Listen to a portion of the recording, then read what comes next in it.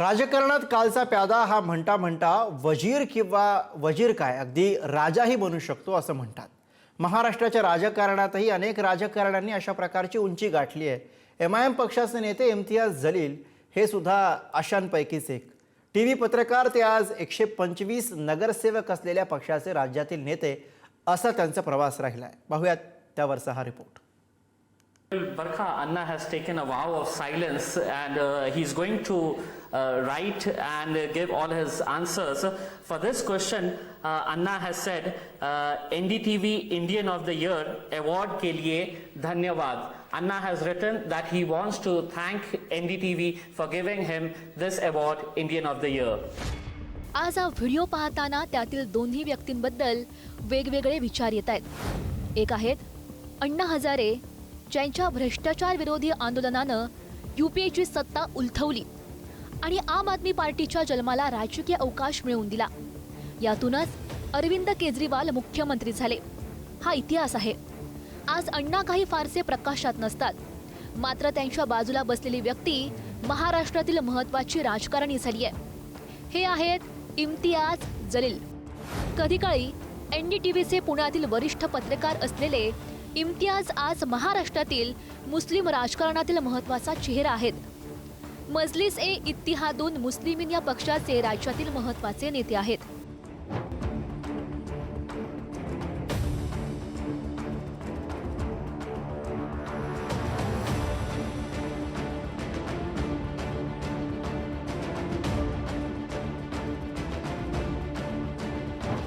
इम्तियाज जलील यांनी जवळपास 20 वर्ष पत्रकारिता केली।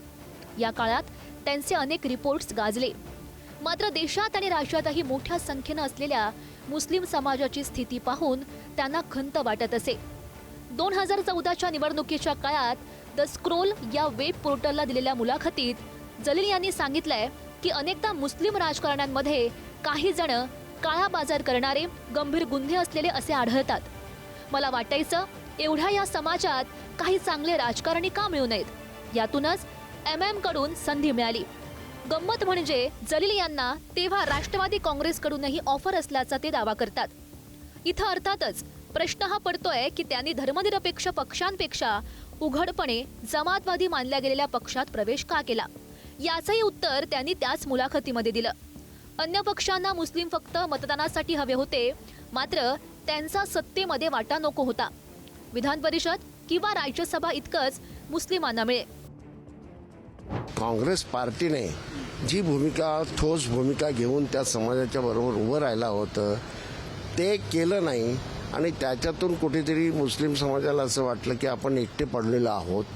बऱ्याच वेळेला भाजप त्यांना मदत करतं आणि मुख्य म्हणजे ह्या असल्या संघटना ज्या आहेत त्या भाजपच्या बी टीम म्हणून वावरतात आणि हे मुस्लिम समाजाला कुठेतरी समजावून देणं ही आमची जबाबदारी आहे। हे आम्ही कुठेतरी कमी पडलो असं मला वाटतं। खान की बाड असा सवाल तेव्हाच्या औरंगाबादमध्ये आणि आताच्या संभाजीनगरमध्ये दरवेळी शिवसेनेकडून केला जात असे, मात्र इम्तियाज जलील यांनी एकदा खासदार आणि एकदा आमदार बनून खानही निवडून येऊ शकतो असं दाखवून दिलंय। अर्थात संभाजीनगरमधील मोठ्या प्रमाणात झालेल्या मुस्लिमांच्या मतदानामुळे आणि अन्य पक्षांमधल्या मतांच्या विभागणीनं जलील यांना ही संधी मिळाली। हे दुर्लक्षून चालणार नाही। हिंदू मतांचे त्यावेळी विभाजन झाल्याने एकट्टा मुस्लिम मतांच्या जोरावर इम्तियाज जलील यांनी तब्बल 20,000 मताधिक्याने इतिहास घडवला आणि औरंगाबाद मध्य विधानसभेतून ते विजय झाले। या विजयानंतर इम्तियाज जलील यांची राज्याच्या राजकारणात स्वतंत्र ओळख निर्माण झाली आणि 2019च्या लोकसभा निवडणुकीत एमआयएम आणि वंचित बहुजन आघाडीची युती झाली आणि इम्तियाज जलील यांनी उमेदवारी देण्यात आली। समोर शिवसेनेचे सलग 4 वेळा खासदार राहिलेले बलाढ्य उमेदवार चंद्रकांत खैरे हे होते। दरम्यान आमदार हर्षवर्धन जाधव यांनी बंडखोरी करत अपक्ष म्हणून निवडणूक लढवली आणि तब्बल 3.25 लाख मते मिळवली। अखेर या काट्याच्या लढतीत अवघ्या 5,500 मतांनी शिवसेनेच्या चंद्रकांत खैरे यांचा पराभव करत इम्तियाज जलील महाराष्ट्रातून लोकसभेत जाणारे एमआयएमचे पहिले खासदार ठरले आणि तेथूनच त्यांची जी पक्षाची महाराष्ट्रामधली जी आलेख आहे तो वाढत गेला। एमएम हा पक्ष पहिल्यांदा देशभर चर्चेत आला तो पक्षाचे एक नेते अकबरुद्दीन ओवैसी यांच्या हिंदू विरोधी वक्तव्यानं। तुलनेत त्यांचे मोठे बंधू असुद्दीन ओवेसी यांची भूमिका सदैव संतुलित राहिली. इम्तियाज जलील यांनीही एमआयएमचा पसारा महाराष्ट्रामध्ये वाढवताना कधीही धार्मिक ध्रुवीकरण, परधर्म द्वेष किंवा जातीयवादी वक्तव्याचा वापर केला नाही. अगदी संभाजीनगर सारख्या टोकाच्या राजकीय भूमिका असलेल्या शहरामध्येही त्यांचे शिवसेनेचे रावसाहेब दानवे, चंद्रकांत खैरे, प्रदीप जैस्वाल, संजय शिरसाट यांच्याशी चांगले संबंध आहेत. अर्थात औरंगाबादचं नामांतर संभाजीनगर होत असताना किंवा औरंगजेबाच्या कबरीचा मुद्दा उपस्थित झाल्यावर जलील यांनीही आपल्यातील राजकारणाची चुणूक दाखवली. औरंगजेबाच्या कबरीवरून सुरू असलेल्या वादावर खासदार इम्तियाज जलील यांनी ठाम भूमिका मांडली. खुलताबाद परिसरात अनेक सुफी संतांच्या दर्गा आहेत, तेथे सर्व धर्मीय भेट देतात.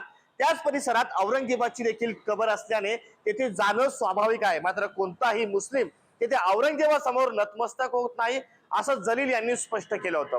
शिवरायांच्या नावाने आमच्यावर टीका करणारे राजकीय हेतूने बोलत आहेत असा आरोप देखील त्यांनी केला होता. शिवरायांचा आदर त्यांच्यापेक्षा आम्हाला जास्त आहे, मृत्यूनंतर वैर संपते हा शिवरायांचा विचार होता आणि त्याच भूमिकेतून इतिहासाकडे पाहिले पाहिजे. औरंगजेब आमचा आदर्श नाही.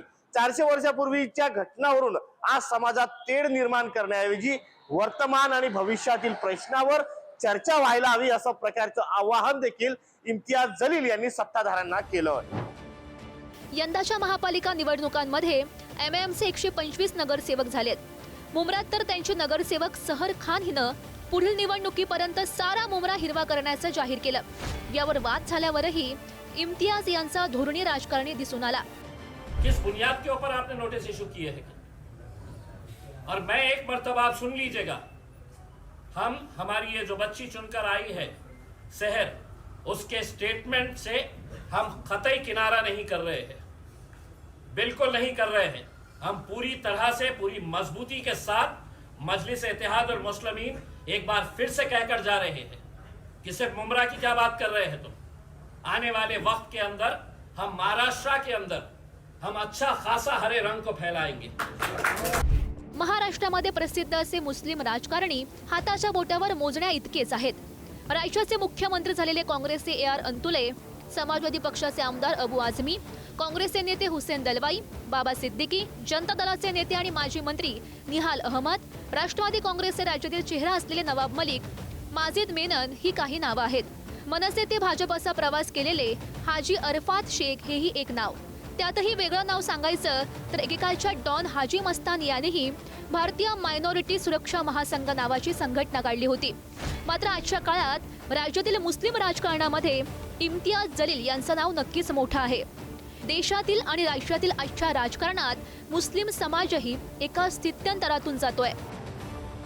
आपण जर एकंदरीत पाहिलं तर इम्तियाज जलील हे एक यशस्वी राजकारणी म्हणावे लागतील. कारण की गेल्या 10 वर्षात 15 वर्षात जेव्हापासून त्यांनी MIMचं हे स्वीकारलंय प्रदेशाध्यक्षपद आणि MIMचं नेतृत्व त्यांच्याकडे आलं महाराष्ट्रातलं, तर या संभाजीनगरमध्ये गेल्या महापालिका निवडणुकीतही MIMने 27 जागासह सगळ्यात मोठा विरोधी पक्ष म्हणून MIM उभा राहिला होता. आणि या काल परवा झालेल्या निवडणुकीतही 2 नंबरचा MIM हा 33 जागा जिंकून 2 नंबरचा पक्ष ठरलेला आहे. समाजात एक कट्टरवाद असतो, तर हा कट्टरवाद MIM आणि इम्तियाज जलील यांनी हेरलाय. त्यामुळे दिवसेंदिवस प्रभाव वाढताना आपल्याला दिसून येत आहे इम्तियाज जलील. नाही, यामध्ये फक्त MIM बाबत ना तरुणामध्ये फक्त उत्साह आहे. कारण ते अकबरुद्दीन ओवेसी, असदुद्दीन ओवेसी साहेबांचे ज्या ठिकाणी भाषणं होतात त्या भाषणाशी ते प्रभावित होतात. वास्तविक पाहता ही चूक जी आहे ना ते धर्मनिरपेक्ष पक्षाची चूक आहे. काँग्रेस असेल, राष्ट्रवादी काँग्रेस असेल, समाजवादी पक्ष असेल, या लोकांनी वास्तविक पाहता त्या ठिकाणी त्यांनी उमेदवारी दिली पाहिजे. ज्या ठिकाणी मुस्लिम म्हणून MIM पक्षाचा नगरसेवक म्हणून निवडून आलेला आहे, काम कुठे आहे त्यांचे?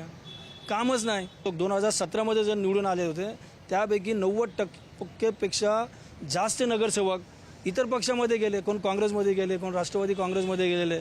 मी तर आजच तुम्हाला सांगतो की येणाऱ्या जे पुढची 5 वर्षाची निवडणूक असेल, आता जे तुम्ही 150चा एक आकडा सांगता का 135पर्यंत निवडून आलेले, कदाचित तेही नसतील. कारण पक्षामध्ये त्यांच्यावर कंट्रोल करणारा कुणी व्यक्ती नाही. आधी काँग्रेस, समाजवादी पार्टी अशा पक्षांकडे असलेल्या मुस्लिम समाजानं आता हळूहळू MIM कडे ठामपणे जायला सुरुवात केली आहे. मुस्लिमांसाठी मुस्लिम ओळख घेऊन काम करणारा हा एकमेव पक्ष आहे. अशावेळी आता मनपा निवडणुकीत अगदी राष्ट्रवादी काँग्रेस पवार किंवा मनसेपेक्षाही जास्त यश मिळवणारा MIM ला त्याचे नेते इम्तियाज जलील भविष्यात कसे पुढे नेत आहेत हे पाहणं सुद्धा औत्सुक्याचं ठरेल. ब्युरो रिपोर्ट, पुढारी न्यूज, संभाजीनगर.